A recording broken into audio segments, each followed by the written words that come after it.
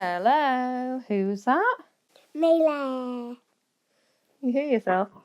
Yeah. How cool's that? Let's pass it back. What job would you like when you're older? Mama. A mummy. And would you like to be like I am? Yeah. Or even better? Better. And how would you be even better? What's that? Starts with a K. Oh, you tell us. Oh, so you do cooking? Yeah. Baking? Yeah. Oh, Mummy not very good at baking. No. Who baked... Have you broken that? Who baked your birthday cake? You. And where's Mummy been going to a lot? Cancer Club. Kissy got the lemon. Kissy got the lemon.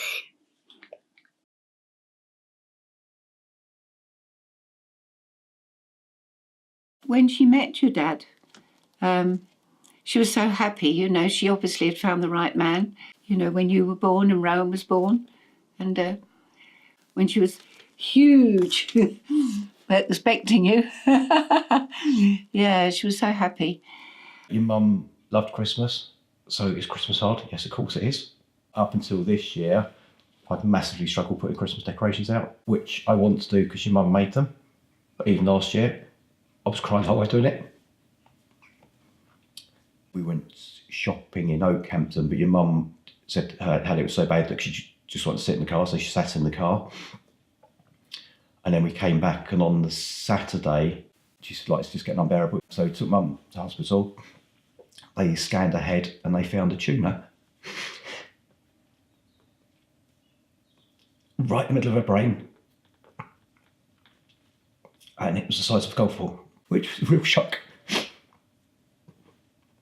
I didn't think, and I don't think any of you either realised how soon it would happen.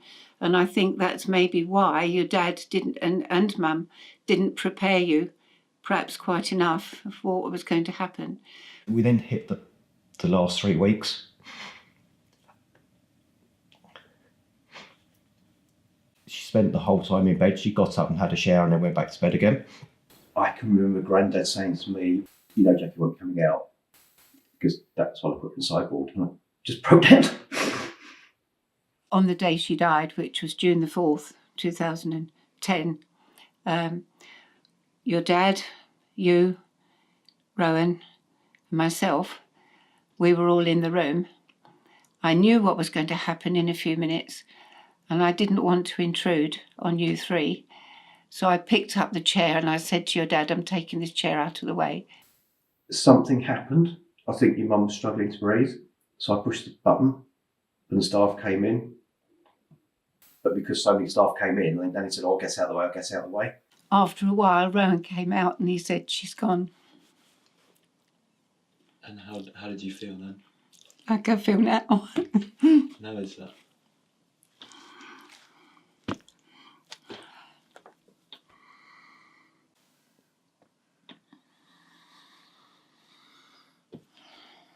Well, I'm sort of reliving it.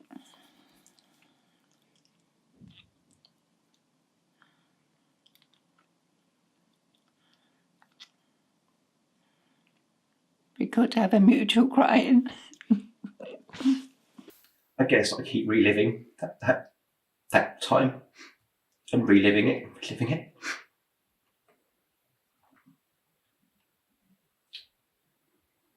And I can keep hearing her last breath. You dealt with it in your own way, you shut yourself away. As your parent, you want to put a sticky plaster on it, make it all better, but you can't. Yeah, the single hardest thing is carrying on day to day. Being the one who's left when you're used to being a couple is hard, because there'd be things that you do that you need to do that the other one used to do. So your mum always used to cook roast dinner, and I can remember the times I was in tears in the kitchen because I couldn't cook bloody roast dinner. You don't know what it's like to lose a child. A lot of people don't know what it's like to lose a mother or father when you're a child. I think there's a sort of built-in thing inside you that just helps you keep going. You've got to do the ordinary routine things. I feel desperately sorry for my lovely son-in-law. He's coped well. As you know, he phones me up every Sunday. I think I struggle most days. I've had numerous bouts of counselling, depression, been taken to A&E to the crisis team. I've had intensive therapy over last Christmas. And I think mentally I'll never be the same again. I think it's just scarred me massively. There are certain bits of music I can't listen to. I used to spray her perfume on the pillow in bed. I kept all her clothes in the wardrobes for ages and didn't change anything. It was almost as if she was there but not there. But that gave me the comfort. I guess I was trying to kid myself she was going to come back. You know, I can remember walking around the house and just thinking, well, everything's still in place. Nothing's moved, but it should have moved. It should be this, it should be that, and it's not. I guess luckily for me, I had you and Rowan. As time goes on, it's a slow realisation that person's not going to come back. It's just a slow build that you're never going to see them again, and that's it. Until the time you don't realise, but death is really final. I hate Christmas now. I go abroad to avoid being around my family because of the pain that still remains. When Mum was ill, everyone said she'd be okay. She wasn't. Now I can't trust anyone. It's hard to form relationships with people or let anyone in, and I hate that. I remember after Mum died, we had to look after ourselves. Dad couldn't do everything for us, so we had to grow up fast. Even now, saying the word Mum seems strange. At the time, so much was kept from me to protect me, so I created my own version of events. Now I'm beginning to learn the truth, which is hard, because it's not always what I believe to be true. After Mum died, we all went our separate ways.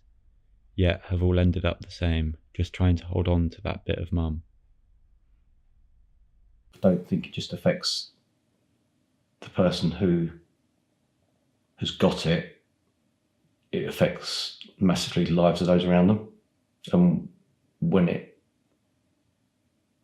takes them away, it will affect those people's lives forever. The most precious thing I've got is actually a text from your mum when she was in hospital that last time. Here we go, messages, inbox. And I would be absolutely devastated if this was wiped off. Shall I read it to you? It says, night, night, that's spelled N-I-T-E. Thanks for sitting with, W-I-V, me today and chocks, etc. Kiss, kiss. Radio, okay. More to mo, afternoon, kiss, kiss. I guess over time you accept the fact that she's not coming back, and you know you focus on different things, and it's always getting worse. It gets worse and it gets better, and it gets worse and it gets better. So at the moment, I'm still trying to sort my life out. I'm still find things hard. Certain things I find hard to do, but I'm sort of working on to get better.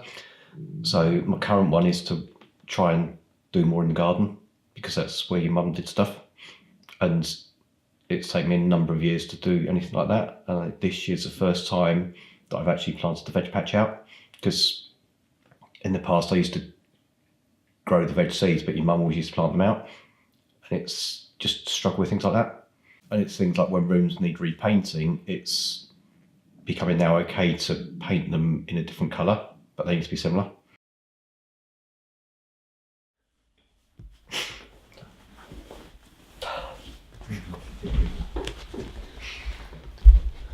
Sorry.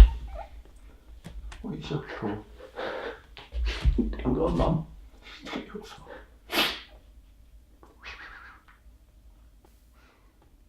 It's not your fault. It's not my best. My mummy has cancer. My mummy has cancer. My mummy has cancer.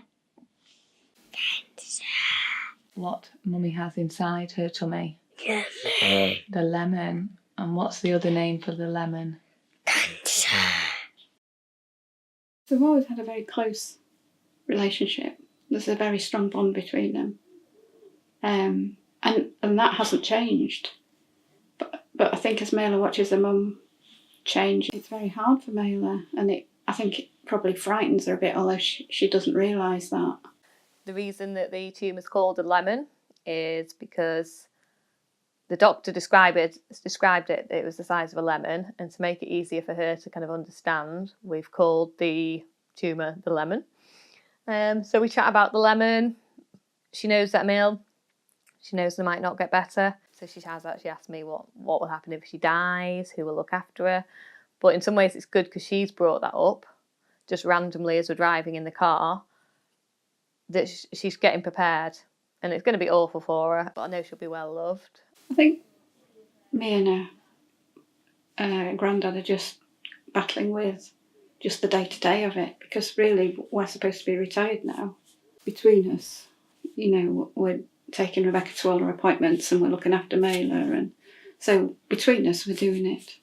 There is 100%, there's no way I'm going to be cured, you know.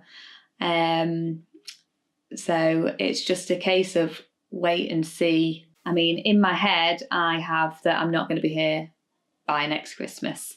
What I want to do, and it's my choice that I've decided to do, is not chase all those things, is enjoy the moments now with Mela and my family and my friends, and make sure I smile each day. I'm going to die. I can't change that.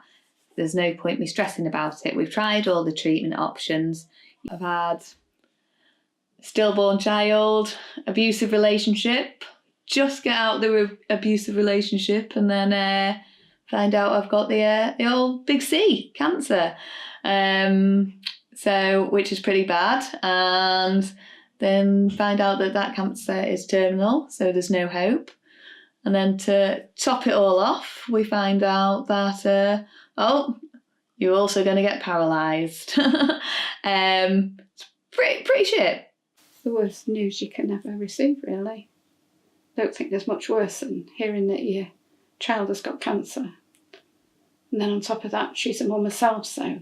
Everybody should have the mum, basically, you know, and it's horrible. And if I could change it, I would, but there's nothing that I can do about it, so you have to kind of accept it. How does that cancer make you feel? Boo! With the support, that actually she'll end up being one of the success stories. You know, she's not going to be your typical, you know, goes into drink and drugs because she can't, you know. I'd like to hope that she's got a bit more sense than that. If she ends up being a shit when she's older and trying to blame it on the fact that I'm dead, and that's the reason why, I'll be pretty pissed off with her. Because, yeah, you can have your moments of upset, but don't use bad behaviour as an excuse. Kiss.